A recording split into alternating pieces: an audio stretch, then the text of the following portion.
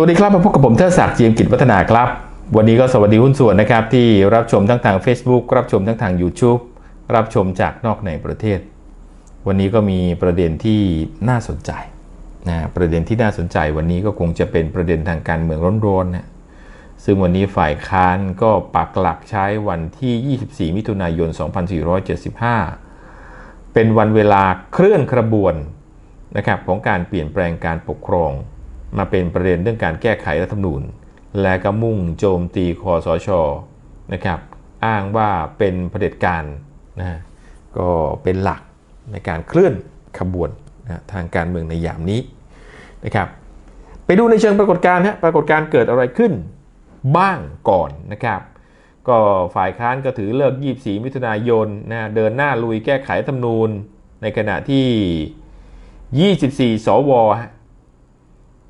ปรากฏว่าเรืองไกรก็ทำการยื่นที่จะมีการเอาผิดนะครับเพราะว่าเป็นบุคคลขาดคุณสมบัติตามรัฐธรรมนูญเพราะถือครองหุ้นสื่อนะครับในขณะที่พลังประชารัฐตอนนี้บอกว่าจะเอาคืนฝ่ายค้านนะครับก็มีสสฝ่ายค้านเนี่ยโดนเข้าไปถึง55รายจาก15รายขึ้นเป็น30จาก30ตรวจสอบพบว่ามีถึง55รายนะครับที่ถือครองหุ้นสื่อนะครับแล้วก็เป็นบุคคลที่ขาดคุณสมบัติแล้วก็เรืองไกรก็เรียกร้องให้40สวนั้นหยุดปฏิบัติหน้าที่ในขณะนะฮะซึ่งผมเรียนไว้แล้วนะฮะ เรื่องของคุณสมบัติเรื่องของรัฐธรรมนูญเนี่ยกำลังเป็นประเด็นสำคัญเลยตอนนี้ทั้งฝ่ายค้านฝ่ายรัฐบาลรวมมันก็100กว่าแล้วฝ่ายหนึ่งก็มีอยู่41บวกอีก16นะฮะ16บวกกับ55นะก็100กว่าเข้าไปแล้วนะครับก็เป็นประเด็นที่คงจะเป็นคำตอบได้นะ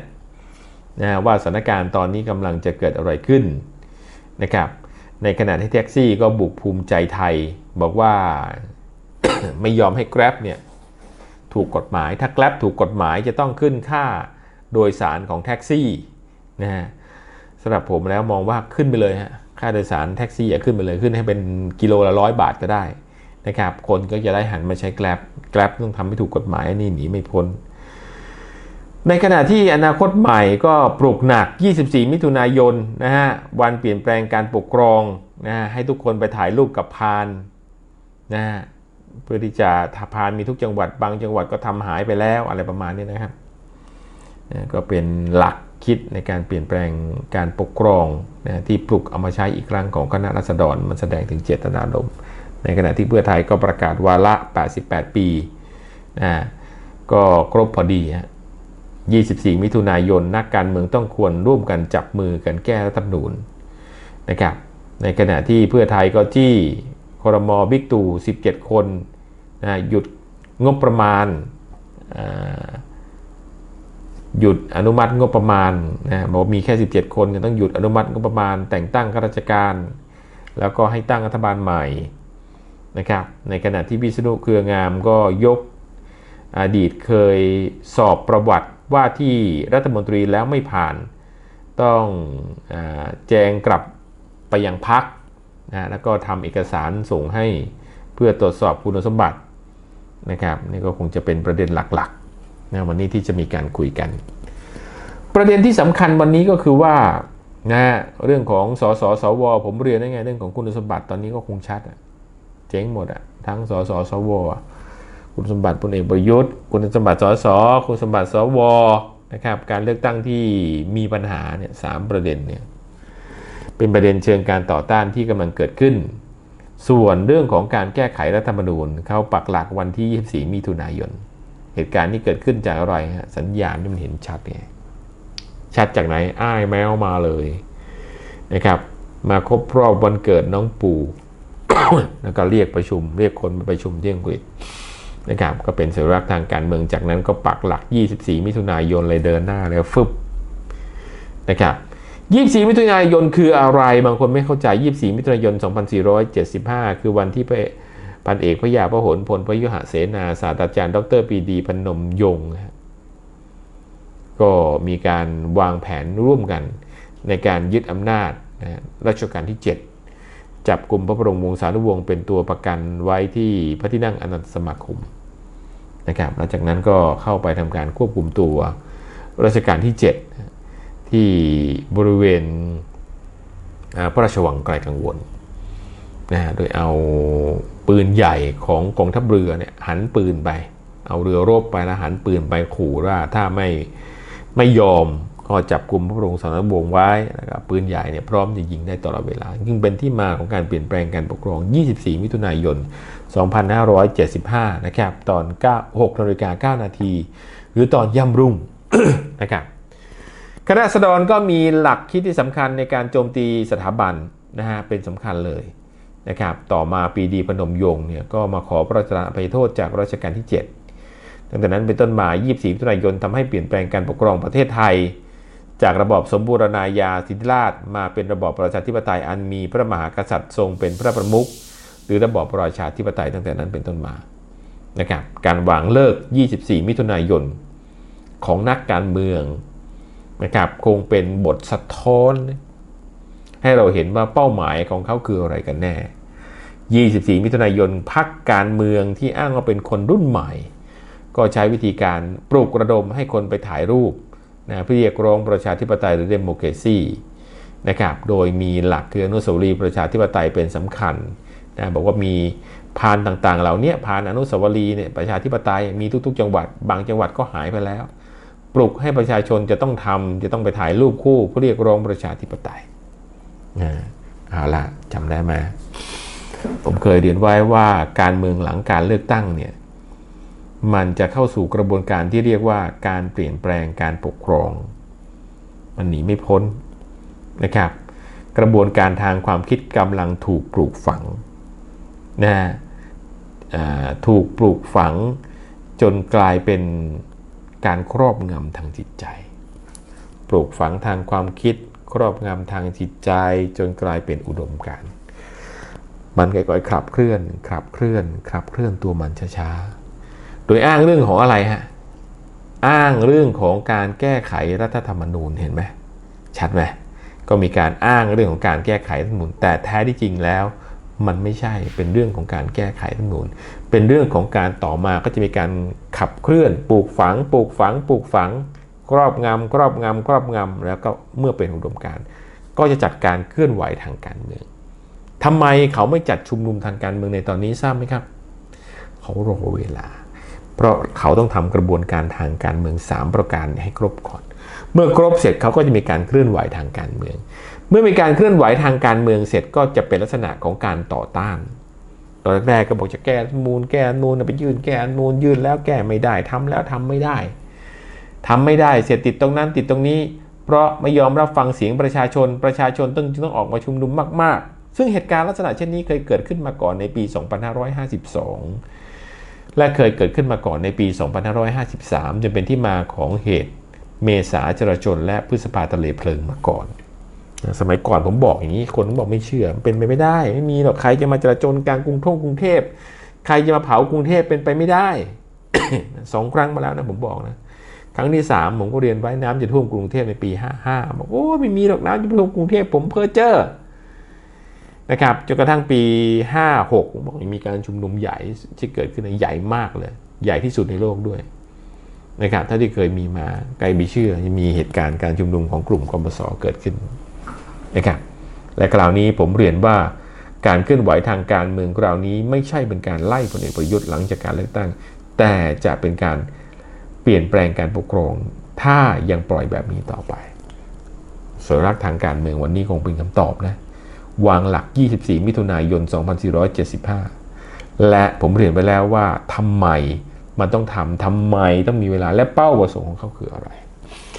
จังหวะทางการเมืองตอนนี้ที่กำลังเดินไปเนี่ยไม่ใช่เป็นเรื่องของการแก้ไขรัฐธรรมนูญฮะ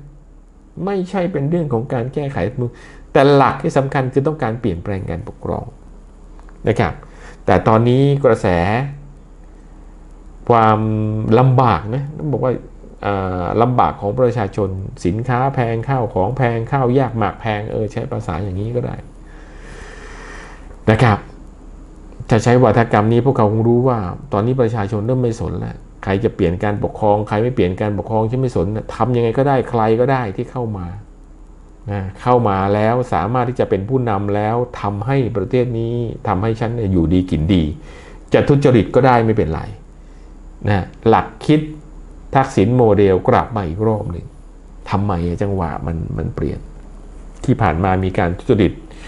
เรื่องของจำนำข้าวยึดทรัพย์กันไม่หมดเลยคดียังเดินไม่เรียบร้อยเลยทั้งหมด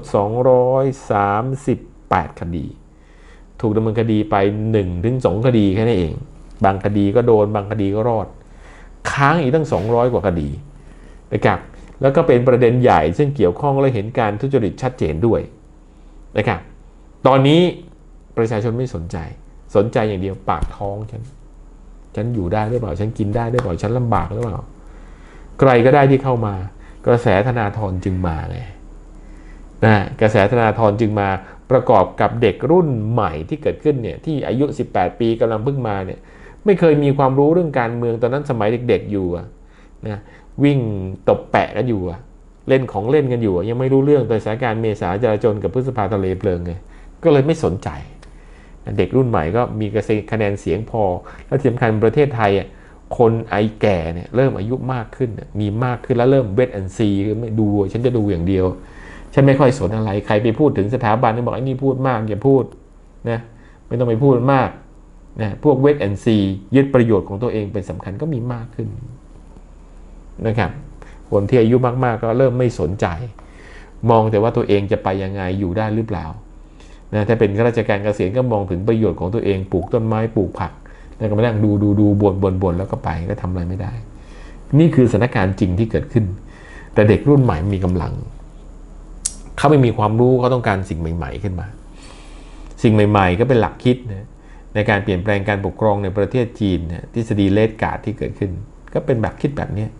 เป็นหัวอนุรักษ์นิยมนะเป็นฝ่ายอนุรักษ์เป็นฝ่ายหัวใหม่นะครับเพื่อมาต่อสู้กับฝ่ายอนุรักษ์นิยมคือคนรุ่นเก่านะต่อสู้อันนี้เก่าแล้วเจ๊งแย่ลุกขึ้นมา24มิถุนายน2475คือเป็นสาระสำคัญนะที่เป็นนัยยะเชิงการเมืองเขาเรียกว่าสัญลักษณ์หรือซิมโบลิกเพื่อใช้ในการปลุกประชาชนลุกฮือขึ้นมาในการเปลี่ยนแปลงการปกครองหลักบางคนถามว่าทำไมการเมืองมันเดินไปไวหลักมันเป็นอย่างนั้นมันก็เป็นอย่างนี้หรือเปล่ามันเปลี่ยนแปลงหลักไม่เคยเปลี่ยนสังเกตให้ดีฮะฝ่ายต่อต้านหลักไม่เคยเปลี่ยนเขาจะเดินยึดหลักการเปลี่ยนแปลงการปกครองนี่สำคัญอ้อมไปอ้อมมาก็เปลี่ยนการปกครองอ้อมไปอ้อมมาก็เปลี่ยนการปกครองคือล้มเจ้าหลักของเขามีแค่นั้นนะไม่ว่าจะเป็นพรรคนั้นพรรคนี้พรรคนี้พรรคนั้นแล้วแต่ผมไม่ได้ระบุพรรคจะมองให้เห็นว่าเขาเดินหลักอย่างเดิมอย่าไปหลงนะฮะหุ้นส่วนถ้าเข้าใจทางการเมืองต้องอย่าไปหลงเขาเดินหลักเดียวล้มการปกครองเขาไม่ล้มอย่างอื่นตอนนี้ก็เดินมาอย่างนี้ผมต้องเรียนว่าที่ผ่านมาลุงตู่เดินมาผิดไงเดินต่อไปก็จะผิดต่อ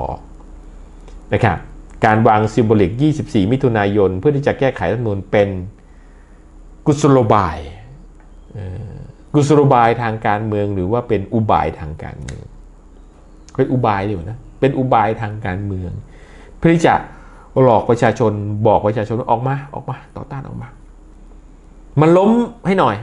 มาเปลี่ยนการปกครองให้หน่อยแล้วฉันจะได้มามีอำนาจนะตอนนี้ข้าราชการไม่น้อยเวทแอนซีนะคนที่มีอำนาจไม่ว่าจะเป็นสสไม่ว่าจะเป็นสวฝ่ายอนุรักษ์นิยมฝ่ายขวาแล้วแต่เวทแอนซีดูอย่างเดียวล้มก็ล้มไม่เป็นไรนะใครมาพูดถึงหรือมาปกป้องสถาบันบอกไอ้นี่พูดมากอย่ามาพูดนะเพราะเขาเบื่อเหมือนกันเพราะประชาชนได้รับผลกระทบที่เกิดขึ้นนะครับสิ่งเหล่านี้กำลังเกิดขึ้นนะผมเรียนให้ทราบว่าเป็นหลักคิดที่ผิดนะข้าราชการเหล่านั้นจงพิจารณาและสำเนียกเป็นอย่างดีว่าถ้าเกิดการเปลี่ยนแปลงการปกครองเมื่อไหร่นะประเทศเนี่ย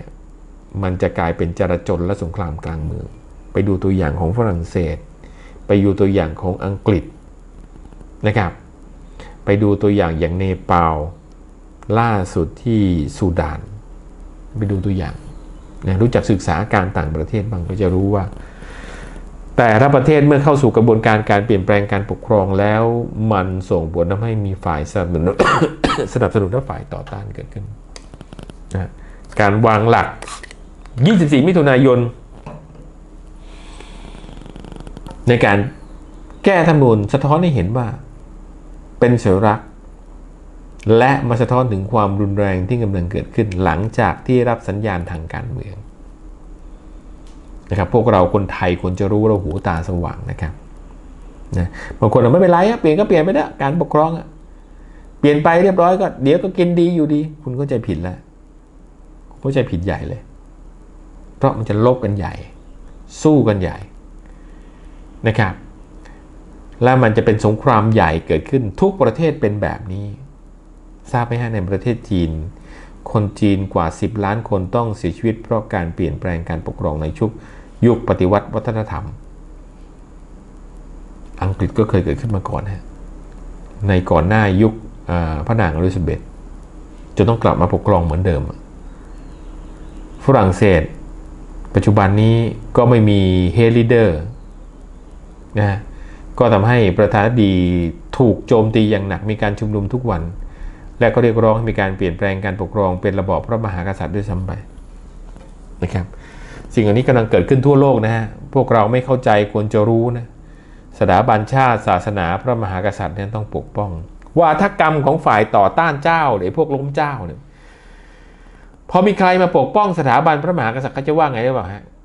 ผูกขาดความรักชาติเพียงคนเดียวแน่ไอ้วาทกรรมแบบนี้เนี่ยไอ้พวกล้มเจ้าจะใช้วาทกรรมแบบนี้คือสรุปแล้วก็คือว่าเฮ้ยพวกคุณเนี่ยอยากจะมาปกป้องสถาบันใช้วาทกรรมอีกโหนเจ้านะใช้วาทกรรมเชิงต่อต้านวาทกรรมเชิงต่อต้านคือฉันไม่ยอมรับคุณอย่าทำคุณต้องหยุดใครพวกที่รักชาติศาสนาพระมหากษัตริย์และก็รักประชาชนถ้าไปหลงวาทกรรมเหล่านี้ว่าเนี่ยเขาบอกว่าโหนเจ้านะครับจริงหรือเปล่าจริงๆแล้วท่านผู้ชมลอยงูให้ดีฮะไอ้คนที่ปักหลัก24 มิถุนายน 2475ในการแก้ไขรัฐธรรมนูญมันโหนเจ้าหรือทำลายเจ้ากันแน่มันมีวัตถุประสงค์เพียงล้มพลเอกประยุทธ์หรือต้องการล้มเจ้ากันแน่พลเอกประยุทธ์เพิ่งมาไม่กี่ปีนะครับหลักเหล่านี้วิธีการดูทางการเมืองผมให้จับหลักให้ดีถ้าจับหลักก็จะรู้เลยว่าเขาจะไม่ออกจากหลักเขาจะยืนอยู่บนหลักวิ่งไปวิ่งมาเขาก็จะยืนบนหลักวิ่งไปวิ่งมาเขาจะยืนบนหลักเขาเพียงรอจังหวะที่เหมาะสมเพื่อที่จะลงมือซึ่งจังหวะของเขาจะอยู่ในช่วงกันยายนและจะหนักมากในช่วงเดือนตุลาคมจากนั้นยกที่2นะครับก็จะไปหนักมากในเดือนมีนาและเมษายน 2563ขอบคุณที่บอกต่อขอบคุณที่แชร์ต่อขอบคุณที่เล่าต่อขอบคุณที่ร่วมสนับสนุนสถานีขอบคุณที่ร่วมกันทำความดีเพื่อความดีผมเทิดศักดิ์ เจียมกิจวัฒนาสวัสดีครับ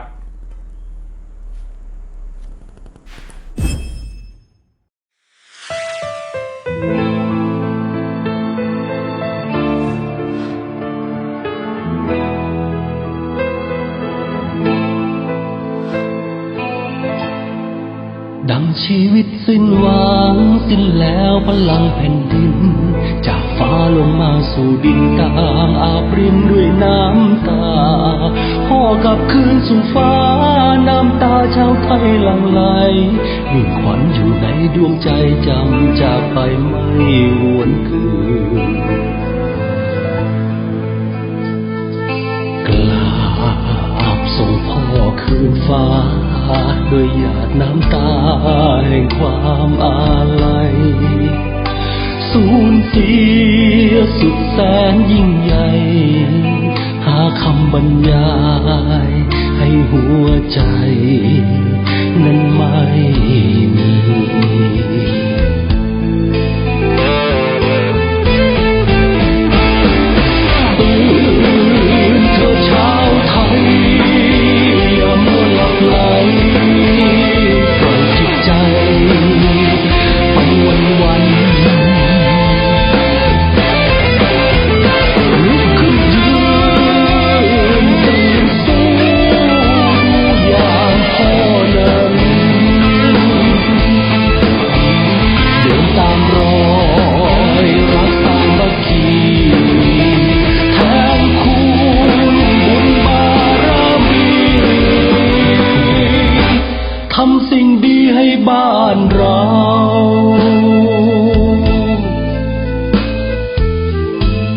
จากนี้มีแต่ความหลัง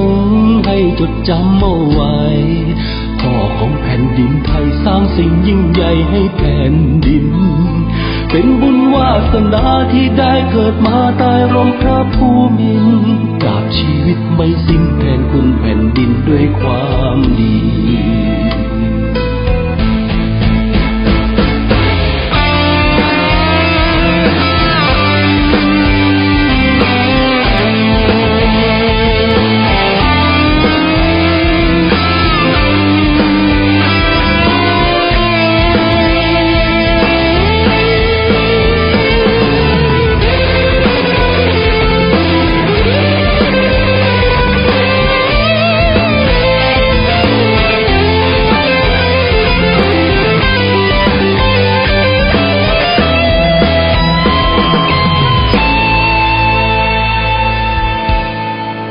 ดังชีวิตสิ้นหวังสิ้นแล้วพลังแผ่นดินจากฟ้าลงมาสู่ดินตามอาบรินด้วยน้ำตาพ่อกลับคืนสู่ฟ้าน้ำตาชาวไทยหลั่งไหลมิ่งขวัญอยู่ในดวงใจจำจากไปไม่หวนคืนกราบส่งพ่อคืนฟ้าโดยหยาดน้ำตาแห่งความอาลัยสูญเสียสุดแสนยิ่งใหญ่หาคำบรรยายให้หัวใจนั้นไม่มี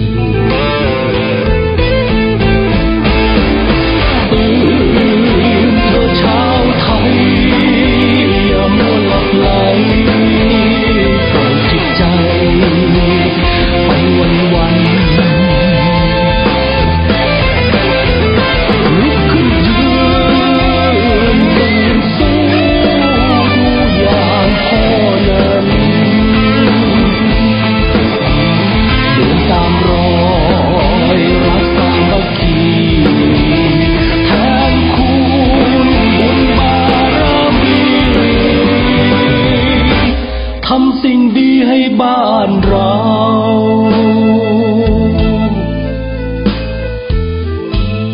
จากนี้มีแต่ความหลังให้จดจำเอาไว้พ่อของแผ่นดินไทยสร้างสิ่งยิ่งใหญ่ให้แผ่นดินเป็นบุญวาสนาที่ได้เกิดมาใต้ร่มพระภูมินทร์ตราบชีวิตไม่สิ้นแทนคุณแผ่นดินด้วยความดีตราบชีวิตไม่สิ้นแทนคุณแผ่นดินด้วยการทำดี